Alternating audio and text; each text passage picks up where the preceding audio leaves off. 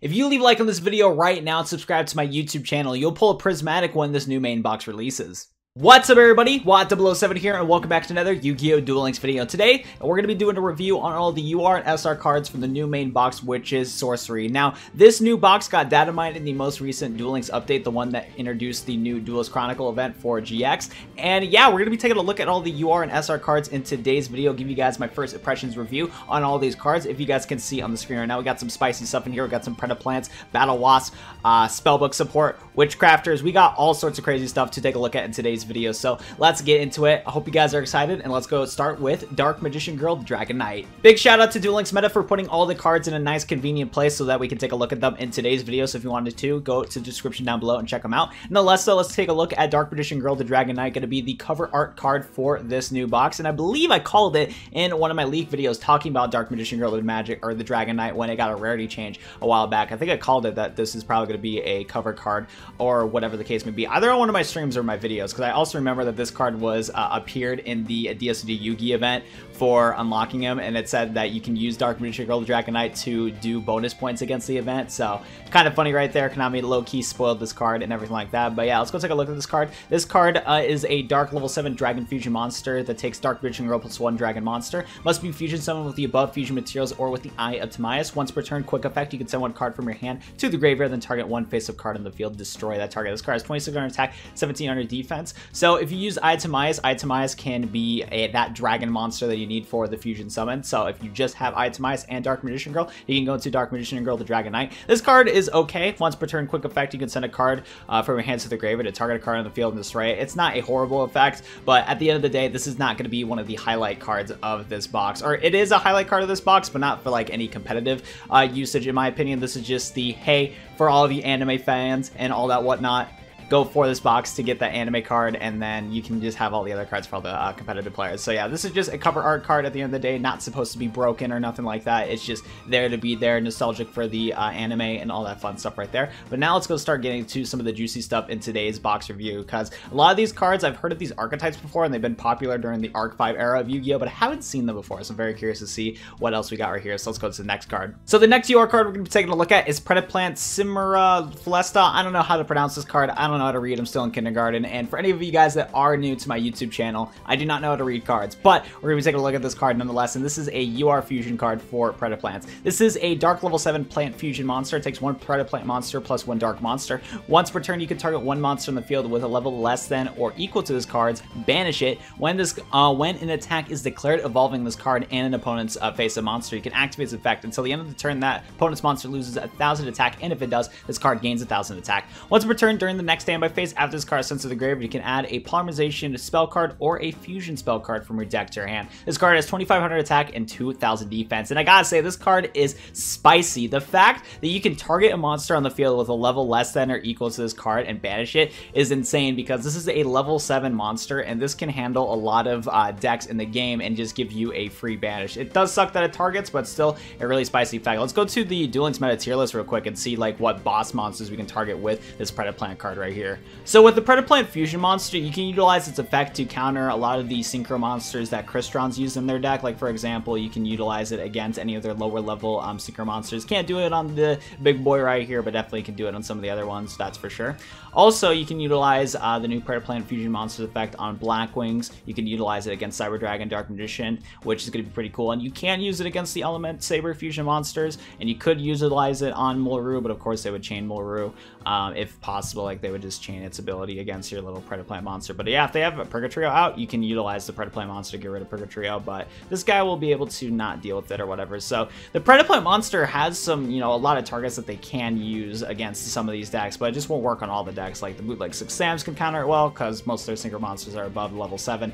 Once Anki's out on the field, you can't really utilize the Predaplant monster to get rid of Anki, and Ritual Beast can just chain their fusion monster and bounce it out of here. So There's definitely a lot of options that the Predaplant monster can use against, but still, it's going to be a situational effect, and you're not going to be able to utilize the Predaplant monster's ability on every single one of these monsters. But still, there's a lot of options out there, that's for sure. So yeah, this card is definitely spicy, and I'm very curious to see what some of the other Predaplant cards that we're going to be getting in this box, to see how easy it is going to get into this monster, and I'm very curious to see if there is any Predaplant cards that we will be getting from this box that are fusion related, because this card's good, but I definitely think we need some other fusion monsters to really get this deck going. But still, pretty cool card. I don't know if it's going to be like broken, but it has a very good effect for it, and you get to search for a polymerization or fusion card after this card gets into the graveyard. So very cool card. So the next UR card we can take a look at is Battlewasp, Hama the Conquering Bow. Now, I've never played Battlewasp before, but I've heard of this archetype, and let's go take a look at it. So this is a win level 8 insect synchro monster that takes 1 tuner plus 1 or more non-tuner monsters. The effect states, if this card was synchro summoned using a synchro monster as material, it can make a second attack during each battle phase.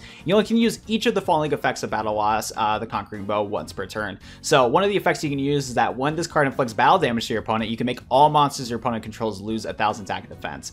At the end of your battle phase, if your opponent has not taken any battle damage this phase, you can inflict 300 damage to your opponent for each Battlewasp monster in your graveyard. Not bad of a card. 2800 attack is not too shabby. It's an 8-star monster, so I'm very curious to see how easy you'll be able to get summoned into with some of the other Battlewasp cards. And I'm going to guess that we're going to have some lower level Battlewasp monsters that are going to be easy to synchro summon into, so that you can summon into Conquering Bow and then be able to capitalize on its effect where you can attack multiple times, which is cool. And then what's cool is that, like, if you do synchro summon into this monster with a synchro summon or synchro monster's material, you can go target one of your opponent's monsters or like attack it, and then effect will trigger, makes all your opponent's monsters lose 1,000 attack defense. That doesn't go away, it just stays like that for the rest of the duel, and then you can just attack again and deal some damage. So not that bad of a card. Again, I don't know what the other Battlewasp support that we have in Duel Links yet, but this card does seem to have some promise, and I'm very curious to see what the support we got in this box. So let's keep going in this box review. I'm looking forward to checking out this card because I'm a big fan of spellbooks, and like I said, first impression on this card, I haven't like read this card before. I just know that it is related to spellbooks, so let's go take a look at this. We have a UR card called High Priestess of Prophecy, which is a level 7 light spellcaster effect monster that stays. You can reveal 3 spellbook cards in your hand, special summon this card from your hand. Once per turn, you can banish 1 spellbook spell from your hand or graveyard, then target a card on the field, destroy that target. This card has 2500 attack and 2100 defense. Spicy card right here, spicy card. Again though, in a format where we only have, or we start off with 4 cards, it's going to be a little difficult to do this on turn 1, but at the same time, spellbooks have some really good searchability for the deck. Like, you know, Secret can search for any other spell card, and you can use Blue Boy, summon it, search for spellbook cards. So you have a lot of options right here, and it's not going to be that difficult to get 3 spellbook cards in your hand. But still, you got to remember the fact that we do only start off with 4 cards at the beginning of the turn, so it'll be a little difficult to get onto this card turn 1, but turn 2 will be a little bit easier. And the effect where you can banish spellbook spell from your hand or graveyard and target card on the field is really spicy too, especially for the fact that you can get rid of the ones from the graveyard, and then you can use the I think Spellbook Eternity, where you can just shuffle back your spellbook card from your banish zone back to your hand. So now Eternity is going to see more play. It's going to get into the graveyard faster, and you can target a card your opponent controls and destroy it. And this card states any card on the field, not just monsters. So this card is pretty spicy. Like, the more I think about it, the more I realize that, yeah, this is pretty spicy. I'm very curious to see if this card is going to be like so good to where it like completely replaces Silent Magician. Yeah, we're definitely going to have to wait to see. We're definitely going to have to wait and see, but I'm looking forward to some of the other spellbook support too, because this is not the only spellbook support that we got. We have some more spellbook support right here, so I'm very curious to see like how much spellbooks are going to get upgraded, because I like spellbooks back in the day. I played it a lot back in the day, and I'm very curious to see if like Silent Magician will just get completely removed from the archetype and it'll just be pure spellbooks from here on out.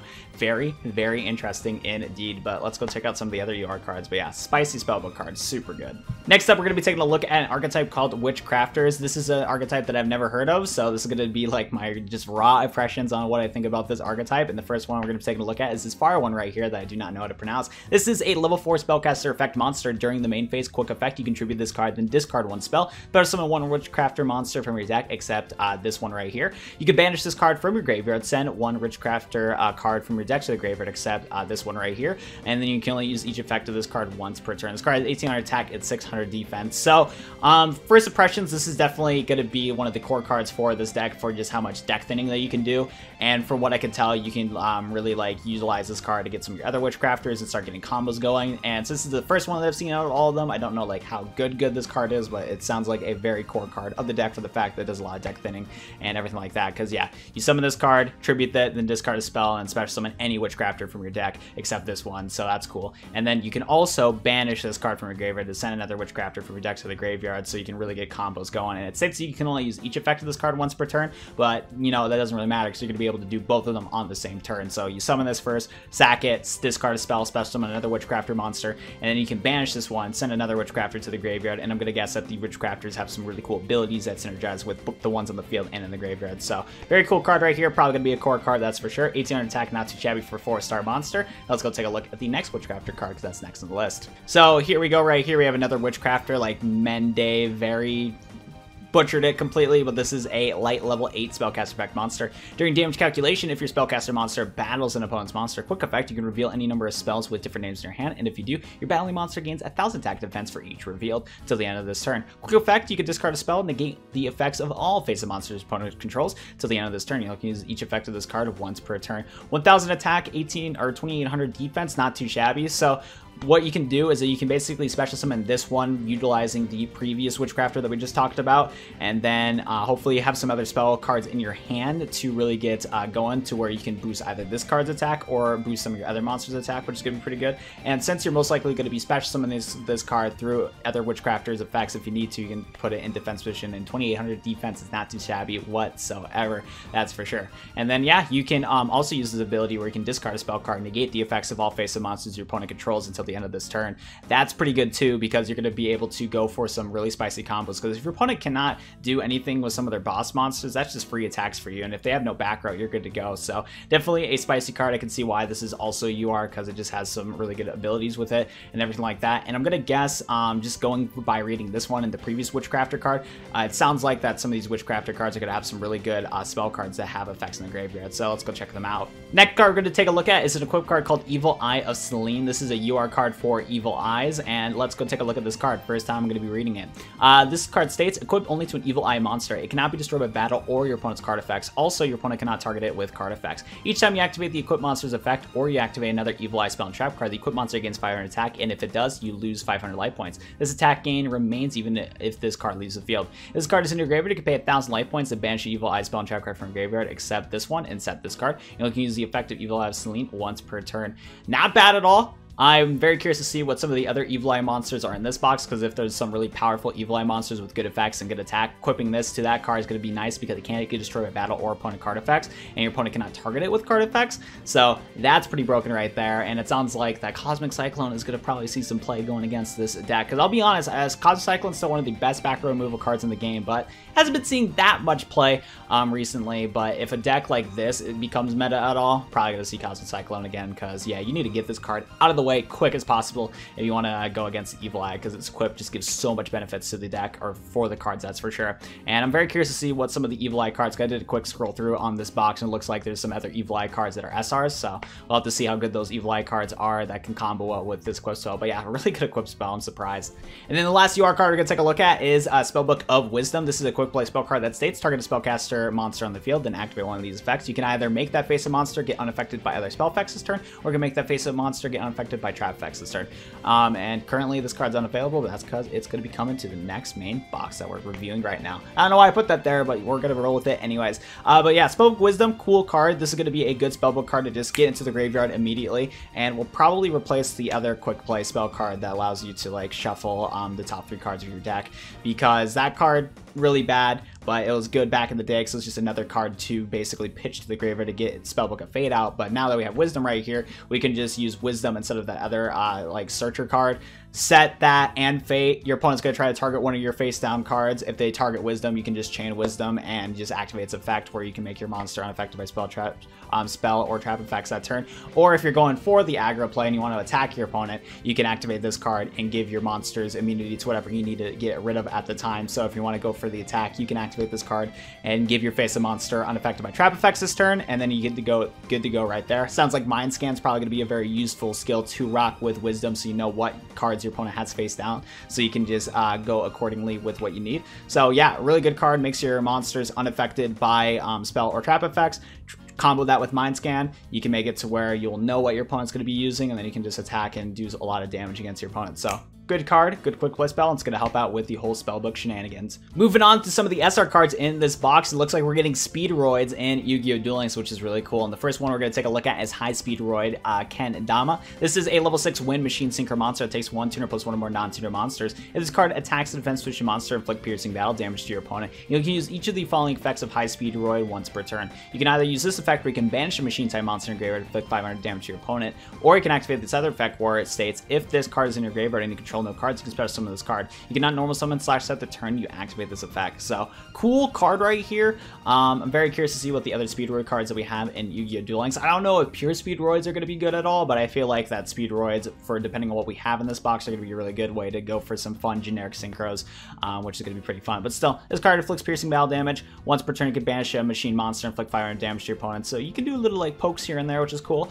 And yeah, it's a 6-star monster, so maybe we can go for some combos into some other synchro shenanigans, which would be cool. So yeah, cool card. Nothing too crazy, but it's worthy of the SR slot in my opinion. So let's move on to the next one. Would you look at that, boys? We're getting Altergeist in Yu-Gi-Oh! Duel Links. I'm not a big fan of this because Altergeist were super annoying to play against when I played Link Evolution in my Verre's campaign. So there's that right there. But we'll go take a look at this card anyways because this is an SR card for this box. So we have Altergeist Marionetter. I think that's how you pronounce it. I don't know, but this is a light level 4 spellcaster effect monster that states, when this card is normal summon, you can set an Altergeist trap directly from your deck to your spell and trap card zone. You can target one Altergeist card you control and an Altergeist monster in your graveyard. Send that card on the field to the graveyard, and if you do special summon that other monster from your graveyard, you only can use this effect of Altergeist Marionetter once per turn. This card has 1600 attack, 1700 defense, and what's cool about this is like you get to search out for your Altergeist traps if you want to, and then on top of that, you can target any Altergeist monster in your field, including this one, sacrifice it, and then swap it out for a better Altergeist if you need to that's in your graveyard. So very cool card, definitely worthy of the SR slot. Very curious to see what other Altergeist cards we have in this box, but yeah, not a bad card. Next up, we're going to take a look at this card called like Ipiria, something like that. This is a level 2 Earth Reptile effect monster. If this card is summoned, draw a card. You only can activate the effect of Ipiria once per turn. This card has 500 attack and 500 defense. Huh. I'm very curious to see what people are going to use this deck for, or this card for. I'm not going to be surprised if somebody tries this like an Exodia deck or something. Maybe I'll give it a shot too. Play Snake Rain, play Ipiria. You can use Snake Rain to mill out your deck and then use your other Ipirias and hand the draw card. I don't know, something dumb like that. But you know what? Cool card. Draw a card. Let's go, boys. You know what? Ipiria broken. Maybe there's a combo I'm missing out. Maybe you can combo this with some other reptile stuff that I forgot on top of my head. But yeah, it's just kind of just like a draw one card. Whoop-de-doo.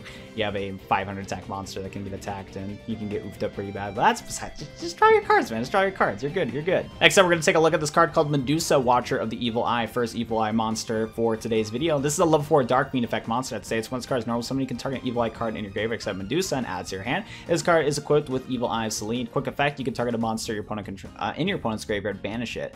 You only can use each effect of Medusa once per turn. Once per turn during your next dynamic phase after this card's effect was activated, banish one card in your graveyard. This card has 1400 attack and 1600 defense. So little cute little things that you could do with this card comboed with Selene. I mean, banishing cards from your opponent's graveyard is pretty spicy, and this card does banish some of your own cards, which you can go for combos with, I believe, with Evil Eyes. So it's a cute card, I guess you could say. Other than that, I'm not really feeling it too much, but yeah, I don't know everything about Evil Eyes, so maybe this is like a really good card for the deck that I'm just not paying attention to, or maybe it's just kind of like, you know, attack one in the deck and see how it goes. So I don't know. Let me know in the comment section down below if you guys played Evil Eyes in the TCG. Next card we're going to take a look at is Primitive Butterfly, which is a level 5 wind monster. This is an insect monster that states, if you control no monsters, you can special summon this card for your hand. Once per turn, you can increase levels of all insect type monsters you control, currently by 1. This card has 1200 attack and 900 defense. So this is going to probably help out a tiny bit with probably Predaplants, I believe, because you can special summon this card, but maybe you can also combo this with some Synchro Summon shenanigans because you can increase the levels of all your insect type monsters. Actually, no, not Predaplants, Battlewasp. You can probably try this out with Battlewasp and go for some Synchro Summons right there. Like, yeah, that would be the one to go for, is probably this card is for Battlewasp, so you can go into your Synchros and increase all your insect monsters and go for some Synchros right there. So, not Predaplants, Battlewasp, there you go. So, neat card. It's a special summonable card that works like Cyber Dragon and whatnot. So yeah, probably, yeah, Battlewasp. Next card we're going to take a look at is Witchcrafter Schmietta, I think that's how you pronounce it. This is the level 3 water spellcaster effect monster. During the main phase quick effect, you contribute this card, then discard a spell, special summon a Witchcrafter from your deck, except this one right here. You can banish this card from your graveyard, draw one card, then send one Witchcrafter from your hand to the graveyard, or if you have none, banish your entire hand. You only can use each effect of this card once per turn. So another card that really helps out with deck thinning, but it has more of a risk compared to the other one we talked about in the UR slots, because you get to draw a card, but if you have no Witchcrafters in your hand, you'll have to banish your entire hand, which could be problematic. But yeah, another deck thinner card, special summon your other Witchcrafter monsters, pretty solid SR, I gotta say, so pretty cool. Next card we're gonna take a look at is a card called Evil Eye Domain, Pareidolia, something like that. This is a field spell that states, when this card is activated, you can add an Evil Eye monster from your deck to your hand. Once per turn during damage calculation, if your Evil Eye monster is attacked while Selene's on your spell and trap card zone, you can make the battle damage you take from this battle also inflicted to your opponent. If this card is in your field zone, is destroyed by card effect, you can target Evil Eye monster in your graveyard, add to hand. You only can activate one of these cards or you only can activate one Evil Eye Domain once per turn. So not a bad card. The only thing that I've kind of noticed with this Evil Eye archetype though is how reliant it is on Evil Eye Selene, which I think could be a problem considering that like if your opponent does have Cosmic Cyclone and get rid of Selene, that's banished and you can't do much from there. So I don't really know how well Evil Eyes are going to play just for how much it's crutched on that UR card, that's for sure. And like from what else I've seen of the deck, there's not really much going for it, so I'm very curious to see if any of like the rares or normals have any spicy stuff and you just need the, you know, UR and SR ones to really get the deck going. I don't know. I mean, you can search for an Evil Eye monster with this card, which is good. But yeah, no, there's some of the other stuff that, you know, the other cool effects, it relies on Selene, so it's kind of like, I don't know. Very, very interesting. I don't know how I feel about this deck yet. Maybe it's good. I feel like it's too reliant on the field spell in certain situations. I don't know. Let me know in the comment section what you guys think of this archetype. Next card we're going to take a look at is Predapractice. This is a normal spell card that states, special summon one Predaplant monster from your hand, then add one Predap card from your deck to your hand, except Predapractice. Also, for the rest of the turn, after this card resolves, you cannot special summon monsters from the extra deck except fusion monsters. You only can activate one Predapractice per turn. So one cool thing about Predaplants that I didn't mention, and I should have mentioned during the fusion monsters, some of them actually can utilize like itself and another monster to go for the fusion summon, kind of like DDDs, where the DDDs don't need a polarization all the time to go for their fusions and whatnot. Well, there's another deck that can like kind of like contact fuse. I mean, technically Gladiator Beast. But yeah, no, it's one of those decks that can like kind of contact fuse without polymerization and go for some fusion summons. So that's cool. With Predapractice, you can use this one to search for one of those monsters and go for the fusion summons, which is cool. But as you guys know, with the UR Predaplant monster they talked about earlier, it does still have such ability for polymerization and whatnot. So rocket polymerization wouldn't be the worst idea in the world either, but still, you can kind of do that, which is cool. So yeah, Predapractice is probably going to be a 3-of because you get to special summon Predaplant from hand and then add another Predap card from your deck to your hand. So you get a free summon, get some searchability, and you can normal summon your other Predaplant monster and go for the like little contact fusion, which is pretty cool. So very good card for the archetype, probably going to be a 3-of, so you can get the deck combos going. And then the last SR card we're going to take a look at in today's video is a card called Chain Hole. It's a normal trap card. It states when your opponent activates a monster effect in response to a card or effect activation, negate the opponent's effect, then your opponent can banish one card from a hand or deck with the same original name as the negated card. If they did not, you can banish one random card from your hand. So a situational card, that's for sure, but I don't think it's like horrible by any means. The only thing is though, is like I said, it's situational. There's not going to be times every single time in a duel where opponent's going to chain a monster effect in response to a card effect activation. Like it does happen, but like it doesn't happen 100% of the time, and that's why I still think the cards like Fiendish Chain, Floodgate, and Canada are still going to be played more compared to something like this. But definitely a cool side deck card for like tournament play and whatnot. But it's good, and it's good in situations, and if you do utilize this card effectively, you're going to get good advantage. But at the same time, it's just too situational and I think too slow.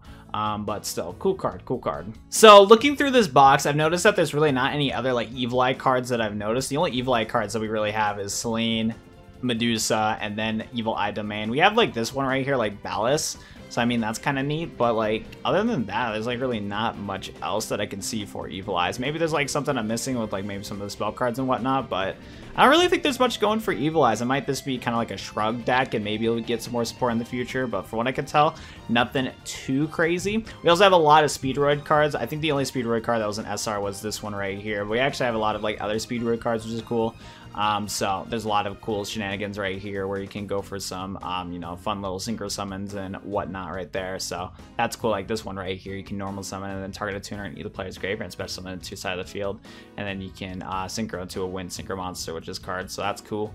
got some other shenanigans right here. So you can do like a lot of little special summon shenanigans with Speedroid, so that's cool. You also have some of the other Predaplant monsters that you're probably going to be utilizing, like this one right here. Because I believe this, which one was it? It was this one, actually. Where during your main phase, you can fusion summon a dark fusion monster from your extra deck using this card on the field and monsters from your hand, field, and our grave, and our monsters with Predaplant counter. Your opponent controls the fusion materials. So this guy will probably be used a lot because it can go into the fusion of this Predaplant right here. But the only issue with it is, from what I can tell, there's not any other Predaplant fusion monsters. Like, we still got like a lot of like dark fusion monsters in the game, so probably will be covered from there. But yeah, I would have liked if we had more Predaplant monsters in this, that's for sure. We got some more, Speedroid Synchro monsters, so that's cool. We got like an Altergeist Synchro monster, which is cool. We also have some like other like Spellbook support right here, so maybe we'll actually see some other spicy stuff too with this. So looking forward to that. I still kind of think that it's mostly gonna be like the only two cards you're gonna see is probably Prophecy and Wisdom, but it's cool that we have some like other cool little Spellbook support down here too. We have some more Witchcrafter cards that we didn't really talk about too much in today's video, but there's there. And we also have some other Battlewasp stuff. So I mean, this box is cool so far. I just kind of wish that there was like more monsters for these new archetypes, because they introduced Predaplants, they introduced Battlewasp, and they introduced Witchcrafters. And at least for like Battlewasp and Predaplants, I would have liked to see more like monsters for the archetype that are like for the extra deck and whatnot. I don't know how I feel about only having one Battlewasp monster and one Predaplant fusion monster for the deck and everything like that, but it's still cool to see them nonetheless. Also, big shout out to all these broken cards right here, like Pot of the Trick. Oh my goodness, that's actually broken. Dragon Jungle King, actually busted. I don't care about this bootleg Karibo though, but we have some broken stuff right here too, which is pretty cool. But yeah, overall, this box looks cool. I don't know how like competitively good it is though.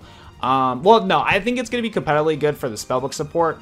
And I think Witchcrafters do have potential because it does seem like they have a good amount of other cards for the archetype. But other than that, maybe Predaplants too. I don't know. Like, there's like a lot of archetypes in this box, and I think they all could be potential good decks. But I feel like there's definitely like a lot of stuff that's potentially missing too at the same time. But let me know in the comment section down below what you guys think, that's for sure. Nonetheless though, hope you guys enjoyed today's Yu-Gi-Oh! Duel Links box review video. If you guys enjoyed and have not already, hit the like button on the video down below and subscribe to my YouTube channel for more Yu-Gi-Oh! Duel Links content. Other than that's going to be it for me. Thank you guys so much for watching, and I'll go see you guys next Yu-Gi-Oh! Duel Links video. Adios, everybody.